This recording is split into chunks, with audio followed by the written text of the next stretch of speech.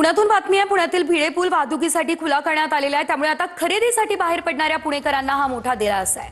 गेल्या काही महिन्यांपासून या पुलावरती मेट्रो प्रकल्पाचं काम सुरू होतं आणि त्यामुळे वाहतूक पूर्णतः बंद ठेवण्यात आलेली होती। मात्र आता हा पूल सुरू झालाय। या संदर्भात आमच्या प्रतिनिधींनी अधिकची माहिती जाणून घेण्याचा प्रयत्न केलाय, पाहूयात।